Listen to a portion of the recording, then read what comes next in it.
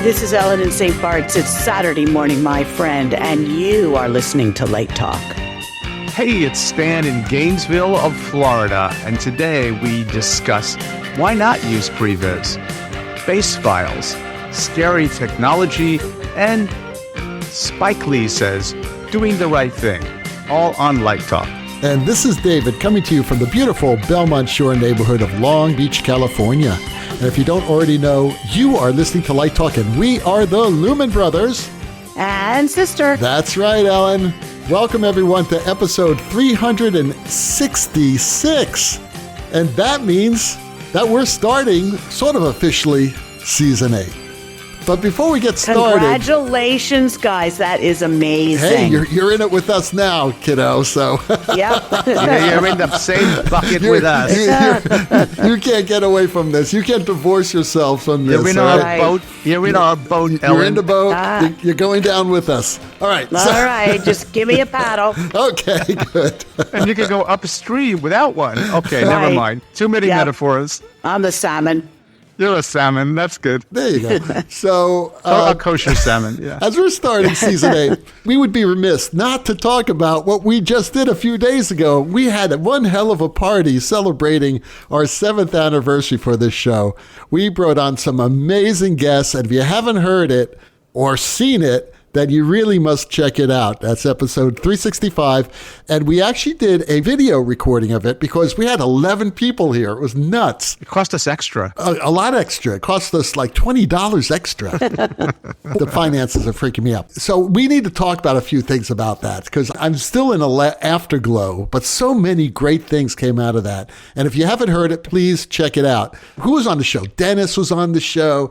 Ann was on the show. Bob Bonhart, Ann Militello, Ann Militello. Dennis Josh Size, White. Joshua White. Josh White. You know, I mean... Going down into posterity for these folks, it's important. Yes. We're documenting our industry. It's very important. Right. You know, the only thing I was sorry about is that we didn't have 5 hours so that everybody could really, I mean, that could have gone on forever. And a bottle of scotch, but I don't know where that would have went. Right. But the stories were terrific. I mean, it's just listening to, Josh White. And I feel like, the other people like Bob Barnhart, when you get him talking.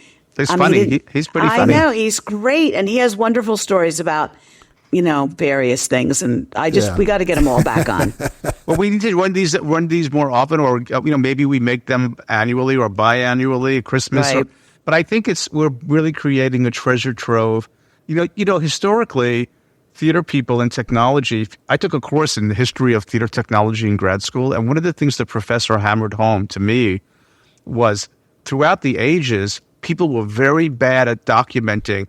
There would sort of be like verbal or some written narratives about what was done in some spectacle in the Renaissance, but there's not much good documentation. And so what we're doing is really a service. For 100 years from now, people should be able to come back to this and get, like I'm cleaning out my office and looking at some stuff from 30 years ago and going, do I keep this? Do I trash this? Throw it these away. things are these things, well, not all of Trash it. all. I'm scared. Where are you going to put it? In the garage? Look, give you an example. I wrote a paper for that class in grad school called Computers in the Theater. I wrote it in 1988. I read that thing, and you know what? Most of what I predicted came true. So I'm going to scan it and put it on my server. But my point is, we're creating a treasure trove of precious information and people. And 100 years from now, it's some scholar is going to dig it up, and I think it's very valuable. Yeah, I do. I think we put it all on a flash drive and get a nice helium balloon and tie it to the balloon and let it go up into the atmosphere, and wherever it falls, boy, someone's going to be really lucky to say, hey, I got a flash drive. I was being much more practical. None of us know anything about rocket science, so I don't think we can get it up in there. No, I'm thinking about like posterity and how this gets stored and accessed, and in a proper way. In the same way that Joel Rubin, we should mention that Joel Rubin passed away. Yes, he did. That's sad. At 95. Right. And he had an extraordinary collection of materials because president of Kliegel, founder of Artec Consultants, just a real, and he contacted me about giving his library to the University of Florida to house it. And unfortunately, for whatever stupid excuse I had, I was too busy or couldn't, I just never got it done. But I think it did go somewhere. And that's what I'm getting at about Light Talk, that we have a collection of stuff that's going to need to be preserved somehow. Right. So what did you all think about doing that video show? That's a first for Light Talk. We've never done a video show before. Although, wait a second. When we interviewed Fred Foster, that was on video. Oh, but that was at his, in Wisconsin. That was an ETC. ETC thing. That was an ETC right. thing. Wasn't us. Which is still out there on their YouTube channel. Yes. And I think right. I'm on a screen because I was You're doing on a show somewhere. Screen. I'm like... You like couldn't be there. Then you froze. I was like that, and I was on a giant screen, in front of all the ETC employees, and I had this stupid face. They could hear me, but I was like, crazy. And that thing was broadcast worldwide, live. Yeah. That's hilarious. But what do you think of it? Do you think we should do it again? I think expensive. when we have panelists like that, with John and Haley Featherstone, it might have been nice to have done a video. Yeah, multiple I think panelists. when we have very special guests like that, we probably should. I think you should make it a special feature. If you do it all the time, it becomes ordinary. Right. I don't know. I'm just speaking for myself. I wonder what our listeners think. It's like, oh my God, look at David. I didn't imagine he was that old, They might be saying that about all of us. Oh, I know. It's kind of freaking me out. I don't know. I still look like I'm 50. There you go. Anyway, okay, so listen, it's been great. I'm so glad it turned out as well as it did. It was funny because Dennis was saying, why am I here? They're diehard fans. Well, I don't know if diehard fans, but they do have a sense of humor. They're all have strong personalities and opinions, which and good opinions. And I loved what Anne was saying during most of it. She was great when she was talking about Pre-viz, which we're going to talk about today a bit, what her concerns are, because we have a letter that came in from someone who saw the show, and she basically asked, why are people afraid of Pre-viz? I think that it's a very interesting discussion we had, and we may follow it up a little bit today. But there are a lot of things we talked about new performance venues like the Sphere, right, and how that will drive design. We talked about the dangers and tools of AI. A lot of things that are really affecting our industry right now. So that was pretty exciting, I must say, that we covered a lot of really important things. And we didn't talk that much at all. They drove themselves. I hardly said anything. It was exactly what we were hoping for. And we had found 5 people that basically drove that entire conversation. And let me say, to their credit, they were all gracious. No one stepped on each other. No one interrupted. Everyone listened to the other person. I was watching faces because I think it was sort of an interesting dynamic because I think they've all heard of each other, but they didn't necessarily know each other. So they were getting to know each other by hearing what each of them said. And I thought they just conducted themselves like Mensches and Menschettes. There you go, Menschettes. All right. Well, listen, let's get started. And Ellen, you have our first question of the day. Yes, I do. Diane from Sacramento asks, I am a young designer just starting out. What can I do now to prepare for retirement? That is a loaded question. And something that our friend Ethan at Artistic Finance has spoken to a lot of young designers or older designers about. Stan and David, since you are both, oddly enough, retiring this year, what did you do to prepare for this momentous occasion? I can go first? Go first. Sure.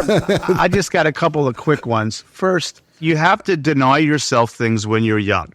So that's a difficult thing. There's an old story about do you guys know the story about the 2 marshmallow and the 1 marshmallow kid? No. Okay. So this was an experiment that was done. They put children in a room and they put a marshmallow on the table and they say to the kid, if I'm going to leave for a few minutes and I'm going to come back, and if you can resist eating that marshmallow, when you come back, I'll give you 2 marshmallows. You'll get 2. And they had the kids on videotape. Some kids can't control themselves. These are children. They can't control themselves. They eat that. They're looking at that marshmallow. They're salivating. They eat the first marshmallow. That's it. The instructor comes back. I'm sorry, you don't get a second marshmallow. Other kids, you can see them struggling. They're fighting. They're scrunching their face. They wait for the 5 minutes or 8 minutes, and the person comes back in and they get 2 marshmallows. They track these children over 30 years. Guess which children were better prepared for retirement and had a better financial life? The two marshmallow kids. Absolutely. So the answer in a fun way is, one, that you want to be a two marshmallow kid if you can. So self-restraint is number one. And two, I would say, here's another little quip. If you take a penny and you double that penny every day for a month, at the end of a month, you will be a millionaire. That's a fact. If you just How many do the math. years? If I said a penny, if you double a penny every day for 30 days, at the end of that month, you will be a millionaire. After 30 days. After 30 days. Now, so if you just extrapolate, that's a fact. You can do the math. 1, then 2, then 4, then 8, then 16. Yeah, keep doing it. Right? You'll get there. Okay. You can't make $1 million in a month with pennies. It can. This is the point of the story. Do the math. You have to double it every day for 30 days. Compounding. And that's correct. Right. And so if you just extrapolate that to 30 years, because the one thing that Diane has that David and I and you don't have is not money. The most precious thing is Diane has time. Time, and right. Warren Buffett, the most successful investor on the planet, will tell you, you only need two things to become wealthy: a little bit of money and time. That is the recipe. That is great advice, Stan, and it's so true. Time is everything. And right. And since we're talking about time, do you know what time it is? Do you know what we're 1 week, almost 2 weeks away from right now? Tax time. That's tax okay. time. No. The reason why I say, because our income taxes in the United States are due on April 15th. April 15th. Today, yesterday was April Fool's Day, but this is for everyone who's doing their taxes. There's a point, if you use tax software, which I highly recommend, where it says, hey, have you thought about starting an IRA? Because if you put in $500 of your refund into that IRA, then you get a tax break now off of that. And that will, if you put it into a good IRA, a good, whatever you use, that will earn interest, right? Exactly what Stan was saying. And you do it every year. That is the least you could do. Retiring is very, very important. You're not going to work forever. Right? Stan and I'm still designing. Stan still has a business. But, one of the greatest things we did to save for retirement, you got to admit to Stan, is that we became professors and we had a steady paycheck. And in a lot of cases, they have a retirement program. In my case, I had a really great 401k when I worked at SMU. And actually, it was a 403b. And when I worked at Cal State for 25 years, I have a pension, so I don't have to worry about that money.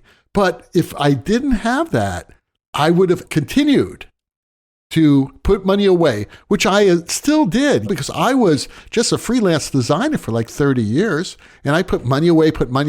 And even when I started teaching, I put money away into IRAs or Kios or whatever. So even if it's like $25, say every $25 a month, I'm going to throw it in before you know it. If you choose the right investments, and of course I said this before, a nice safe index fund is what I've always believed in the S&P 500, and you have the time, as Stan says, it's going to, history tells us it's going to just get bigger and bigger and bigger and bigger and bigger. Some of us were lucky enough to inherit a small amount of money from a family member, a parent, an aunt, or whomever. And that's inevitably going to happen to Diane, probably. You don't know how much, but at some point your parents die, people die and they leave you money. Well, if you are financially ignorant, you won't know what to do with it. So it happened to me with little buckets of money, and I felt, oh my God, I've got to educate myself and be responsible with that, or else what am I going to just do? Spend it, put it under my mattress? So there's that piece too. You do have, and that's why Ellen mentioned Ethan's podcast is such a great thing for people in the arts, because most of us are, at least I was in the early years, quite ignorant about it. and afraid of it and didn't want to, it was like another language, but I was always curious about it. So I think listening to Ethan's, and I think David and I and Steve have all been on that podcast, and we've all got good things to say. So educate yourself, and then it's not about how much you have, and that negative, the world's going to, interestingly, I don't know how long humans have been on Earth, but that just hasn't happened yet. So which way would you bet? You bet the world's going to end, or you bet it might actually make it?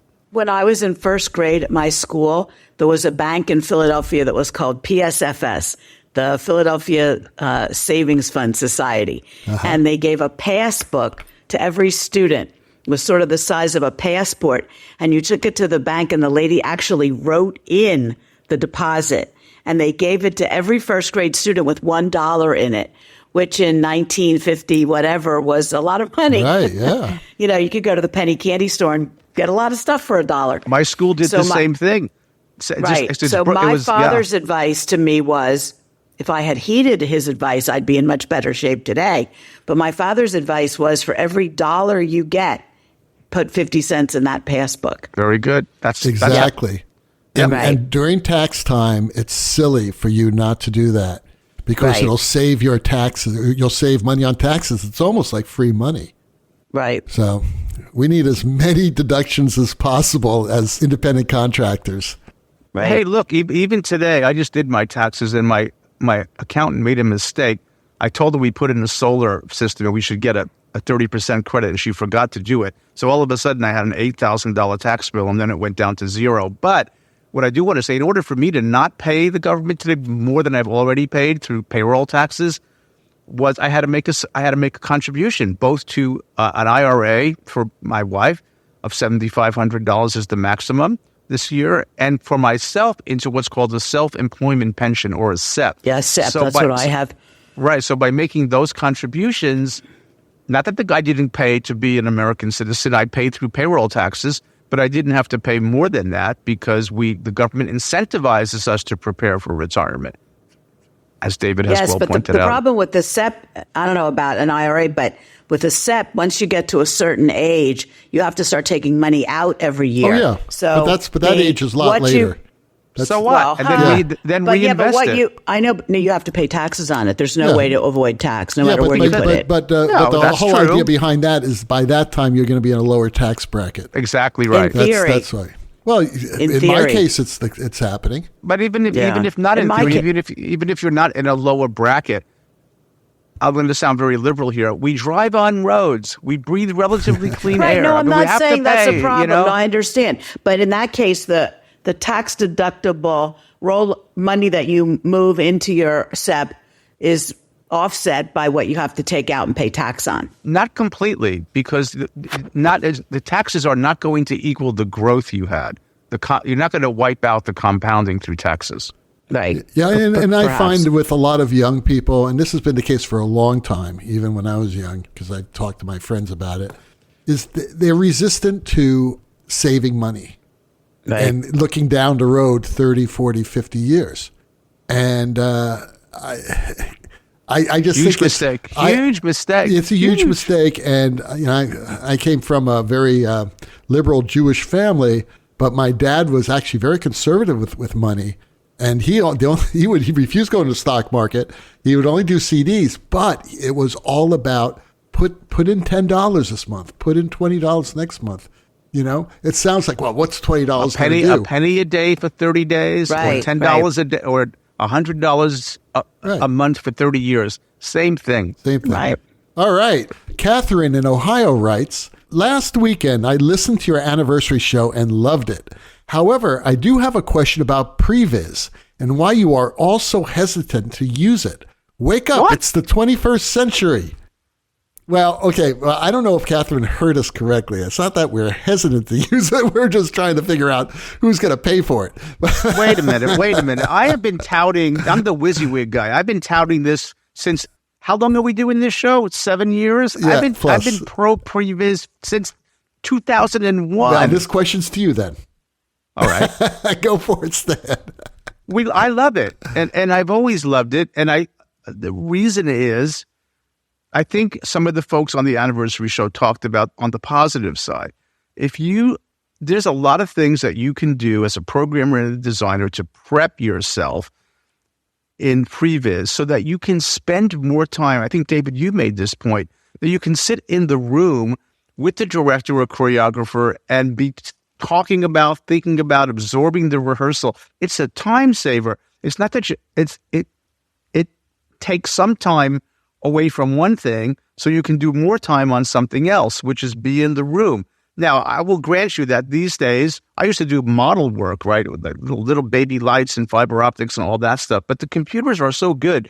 It's not that you're going to have a finished product, but it's an opportunity to make discovery, to try things, to make a decision.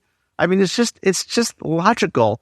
And so I don't know why anybody would be resistant to it. It's another great tool to use in your process. And I'm a fan, so you don't get any resistance from me. It all came actually from Josh and me about, Pre-viz is great, but all of a sudden, once you start doing it, you have a lot more critics. A lot of people are seeing it and saying, oh yeah, we love this, or we don't like this, or whatever. But when you like it, when you like something in Pre-viz, a lot of times the show moves in an organic way. The designs move in an organic way where you're not going to have to use it anymore. And then all of a sudden it's, hey, didn't you show us that you were going to do this? Well, now the show is really not calling for that.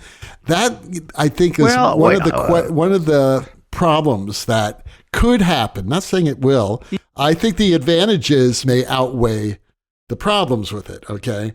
But I think that's one of the concerns with Pre-viz. Plus the fact that it is expensive if you're doing some huge show, and then you're going to have to like roll that into your design fee. And I believe, as Bob Barnhart said, hey man, you can't afford it if you want renderings. You want renderings? I don't think, not on this budget. Well, okay, a couple of things.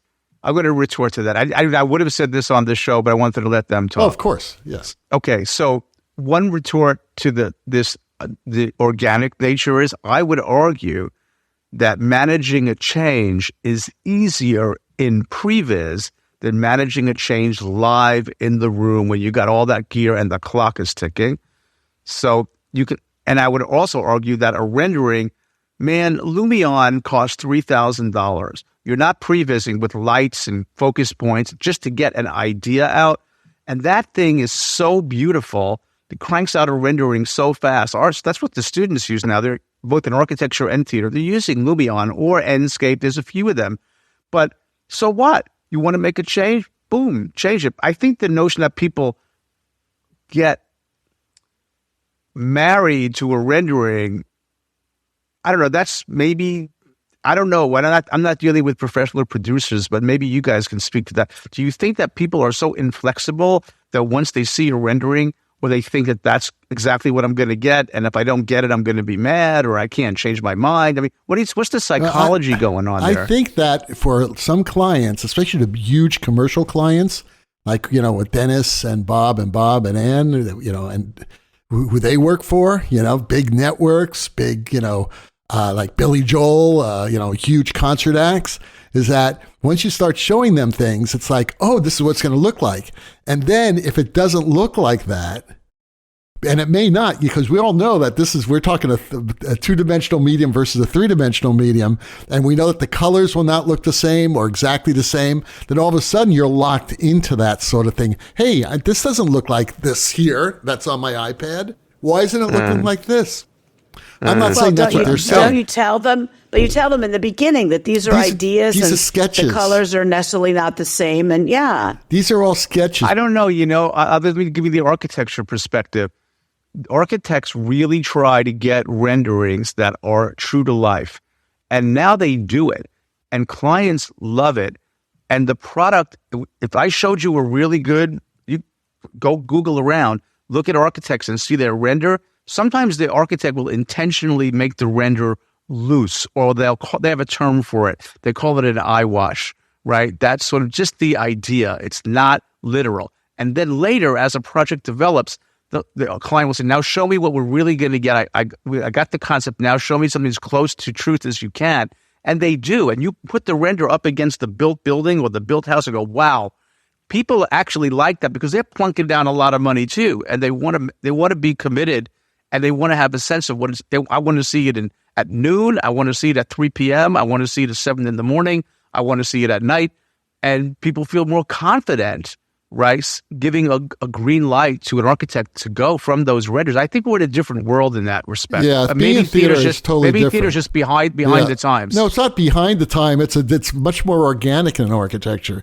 Once you get the design and on paper, I mean, unless I believe, I forgot who said it, but someone comes in and says, okay, all of a sudden HVAC is now have larger ducts. Now we have to change where the trusses go. Yeah, that's how, that's how it happens in architecture.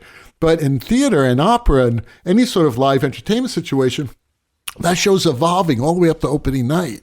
Okay, but maybe you might move a light in an opera, and in architecture you're not going to rip the light out of the ceiling and move it.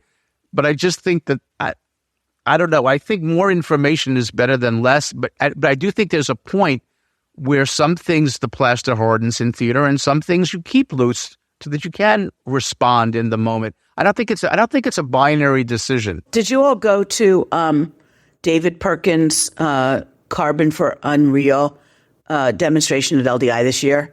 He's really got some incredible Pre-viz stuff that's going on.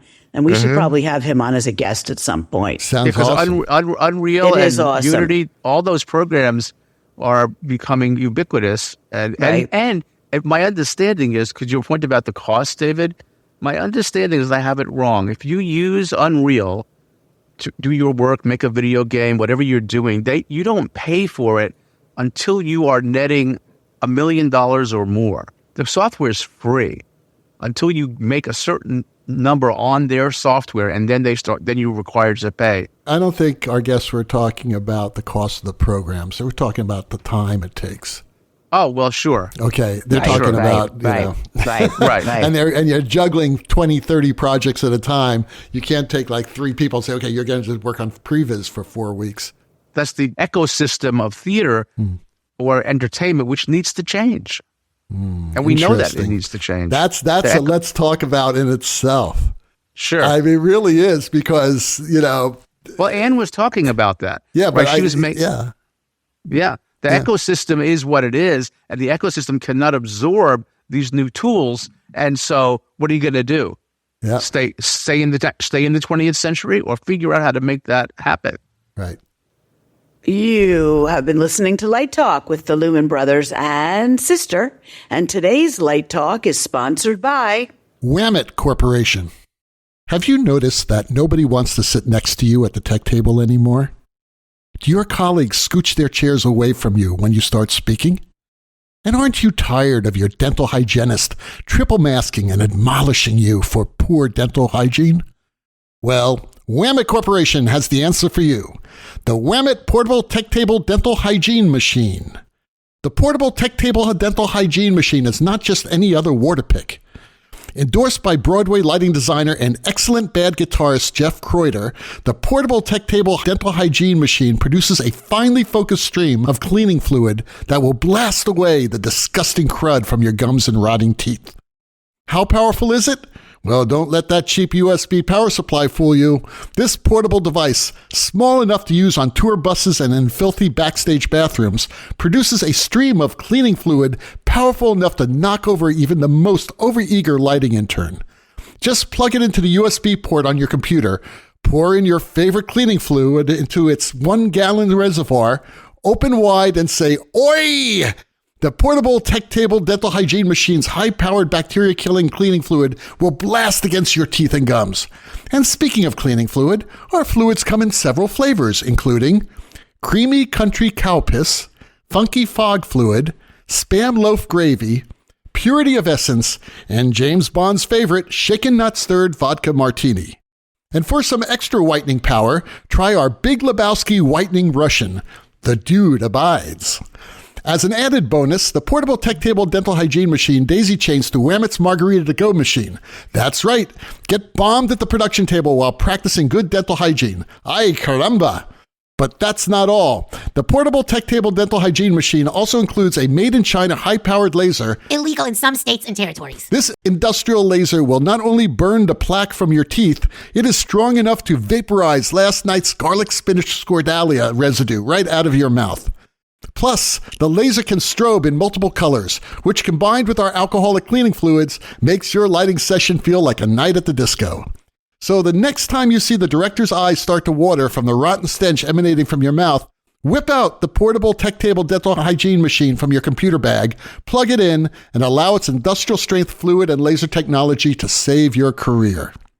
Willamette Corporation does not take any responsibility for the misuse of any features of the portable tech table dental hygiene machine. This includes improper use of any kind that can do harm to the consumer, property, or small furry animals who may come in contact with its industrial strength fluid jets and laser. In addition, Willamette Corporation is not liable for any gum bleeding, tooth loss, nerve damage, or any emotional damage to the user. Common side effects may include sleep problems, strange dreams, headache, dizziness, drowsiness, vision changes, tremors or shaking, feeling anxious or nervous, pain, weakness, yawning, malaise, upset stomach, anal leakage, nausea, vomiting, poor design decisions, stuttering, diarrhea, dry mouth, goiters, sweating, hot flashes, ulcers, changes in weight or appetite, or suddenly and unexpectedly speaking with a French accent. Not affiliated with the Big Lebowski, the Coen Brothers, or Jeff Bridges.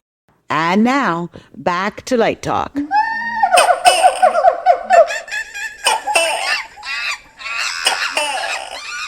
Well, the sound of those drug-addicted iguanas, ducks, and monkeys bouncing around Light Talk Central's atrium means that once again it's time for Let's Talk About.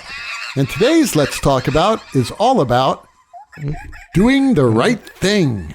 Wait a minute. I have an atrium? Yes, you didn't have to see the atrium. It's in the southwest corner of Light Talk Central.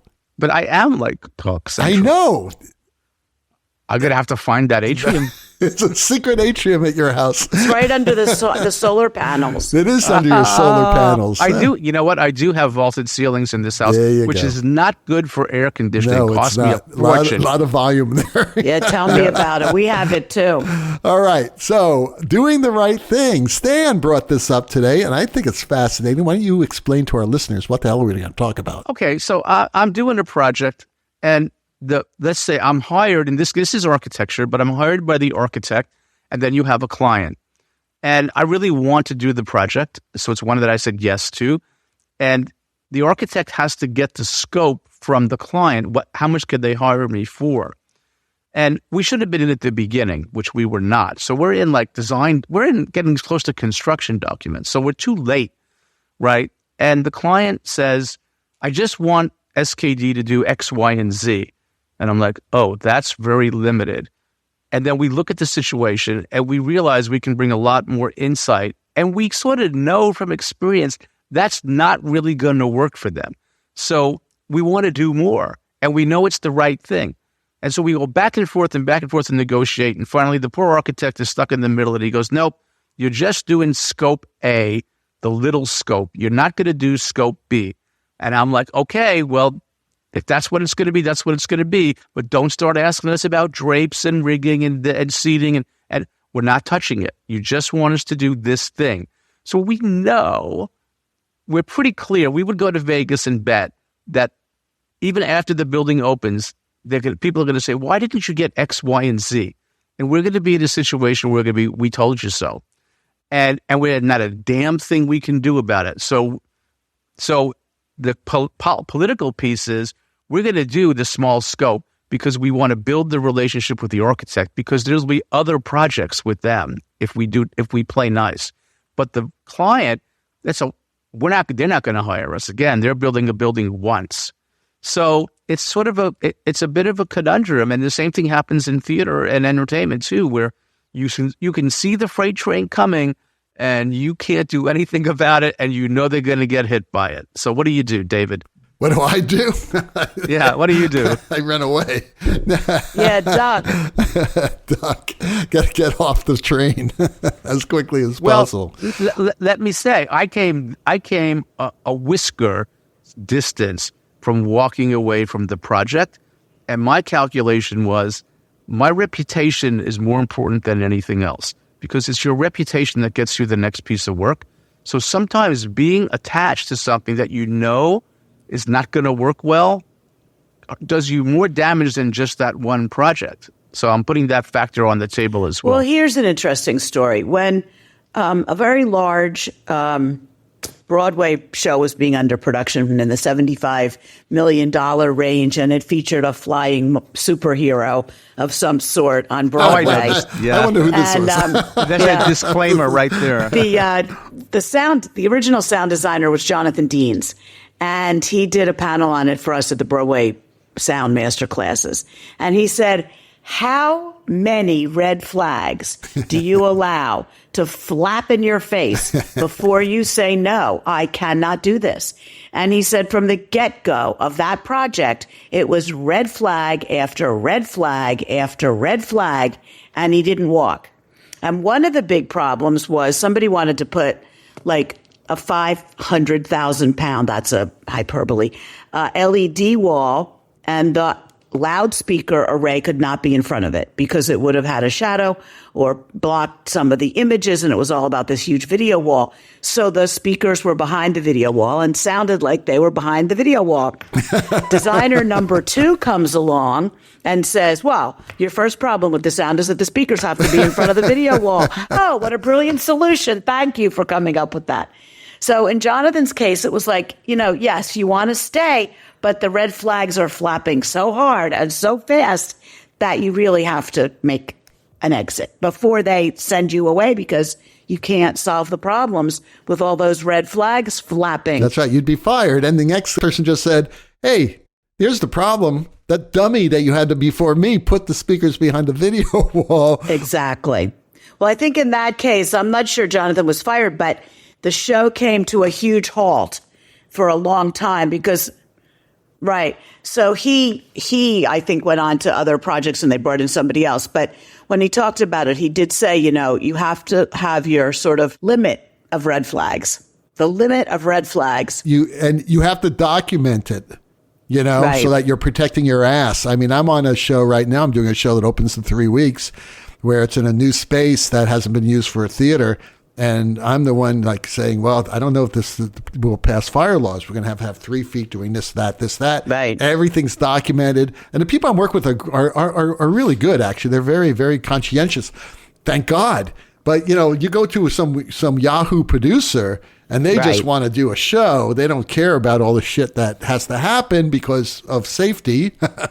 And that's when you really walk away. Now, what Stan is talking about also is creating a relationship with someone, because if you give up a show for whatever reason, and even no matter how much you try to patch it over with the director or the producer, they're not going to probably hire you again. I mean, unless you're like someone like Ken Billington or Bob Barnhart or Bonyol. These guys, they get hired all the time because they're fantastic people and they can say no. But a lot of people like us, you really don't want to burn bridges, especially when you're young. That brings up another point. Suppose you're on that project and the red flag is flapping and you know how to fix it. And they say, great, fabulous, go right ahead, but we can't pay you anymore. Right. And it's going to be a lot of time and effort to fix it. Maybe they'll pay for the fix, but they won't pay you. What do you do? If I was young in my career, I would fix it. I would just do it because I want to have that connection. Now, the people I work with, I've worked with for decades, so nothing's going to happen. But when you're working with people for the first time, you always want to be as helpful as possible. Right. And if it's going to cost me 2 or 3 hours of rendering, big deal. I would do it. I'd even do it now, and I still do it now. Right. I mean, you wouldn't believe how much time I've put on this show that's going on right now. Much more than a normal show because it's in this new venue. Well, what about your band? Like, suppose you walk into some venue. You're Before not just a musician. His band, David, it's like he's not just a musician. He knows about some audio and a lot about lighting, and you walk into some club and you go, oh my God, this is a fire hazard waiting to happen. What do you do? Yes, and there are a lot of fire hazards out there. I set up close to the exit door. That's what I do, Ellen. Right. I make sure that I'm on the side of the stage as close to the fire door. I just want to say I like this red flag metaphor that Jonathan Dean came up with. It's a good one. And I'm just going to quote my old friend, rest his soul, Kenny Rogers. You got to know when to hold 'em. You got to know when to fold 'em. You got to know when to walk away, Right. and you got to know when to run. So Beyonce just came out with a country album, right? And now Stan Yes, is in coming out with his Texas. country You album. don't hold them. Right? My Texas homage to Hold'em. Kenny Rogers. Right. All right. Don't gamble with your career. Bottom Don't line. gamble with your Right, career. I right. think that's the bottom line. All right. So Stan has the last question of the day. All right. And Ben in Gainesville, Florida. Hey, Oh, no. You must know this person because nobody's I engaged. do. I do. Okay, good. And he asks, what is a base file? Why would I need one? And what makes a good one? Now, I think this question is more for programmers than designers. But a lot of designers are also programmers. A lot of programmers are also designers. As we know, that world is blending. So a base file is a show file for your console that you build for yourself that saves you a lot of time and makes you comfortable. So it might include your color palettes.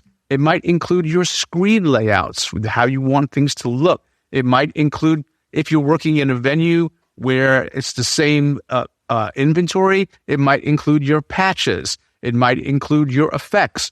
It's your bucket of tricks all in one file, and you might start your show with that so you don't have to start from scratch. So I'm a believer in base files. I think programmers are a believer in base files, and I think they are a form of efficiency.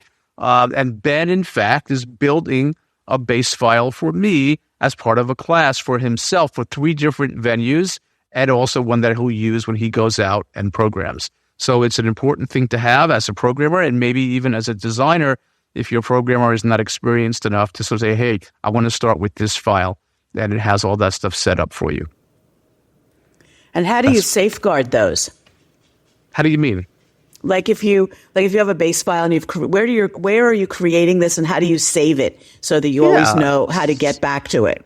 Right. So if you usually, depending upon what console you work on, if you're a Grand MA person, you might have one for a Grand MA. If you're a Hog person, or or an EOS, you might have. If you're a programmer who works on multiple consoles, you might have a base file for each console, and you save them in the board, save them to your jump drive or hard drive, and walk away with them. And then if you're worried about them being sort of, I think people kind of share these things, perhaps. I don't know. But you don't certainly don't have to leave it on the console. You take it with you when you're done. Yeah. That's very interesting because I'm going to move now into music since we've talked about music and performance.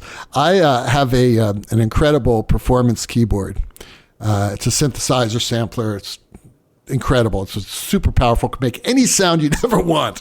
Anything. I mean, and you can program it. You can just do it. And I have certain bass files. I have a bass file for that. That's like all my bread and butter stuff, like organ, piano, electric piano, clavinet, horns, whatever, strings. And that's my bass file of sounds I'm going to use, a palette of sounds. And you've made that for yourself. I made it for myself. Yeah, right. and they're based on sounds that come in the machine, but I tweak them. May add a little more resonance in the piano. You could do that. They're Jacqu-e-fied, if you will. Jacqu-e-fied. It all sounds like crap, so I Jacqu-e-fied it. There you go. So anyway, so that's my base file. And I think that programmers kind of do the same thing, but visually, that they have certain effects they like to use. They have certain, color palettes they like to use. I know I do. And when I'm a designer and I'm thinking about, well, what sort of blue? Is it going to be 68, 69? Is it going to be 64? I think about these things. 119, I may discover a new color. I have no idea. But these are the way we start thinking as designers, is that there are certain colors, there's certain effects that you like, and certain angles that you like. So I assume it's sort of the same thing, but it goes. Yeah, it is. It is. And I think so. There's some resistance. I think, like at school, like some of the students, like, no, we don't want to do that because we want the students to learn how to build their own base file. And I'm like, yeah, okay. Well, you can do that in Pre-viz. Yeah. Right. So there's another facet to Pre-vizing. Right.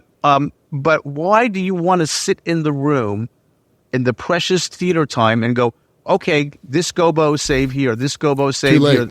That's not when you want to be No. doing that, right? That's money time. Right. You want to do that in the studio or in the Pre-viz or at home in your pajamas, to do that beforehand, right? Right. And the thing is, I can, and this works with lighting too, I can take my bass file and put it on a thumb drive Yeah. and then go to New York, and they could have that same keyboard there. Ready for you, Plug yeah. it in, and there it is. And it's there. It sounds just like my keyboard.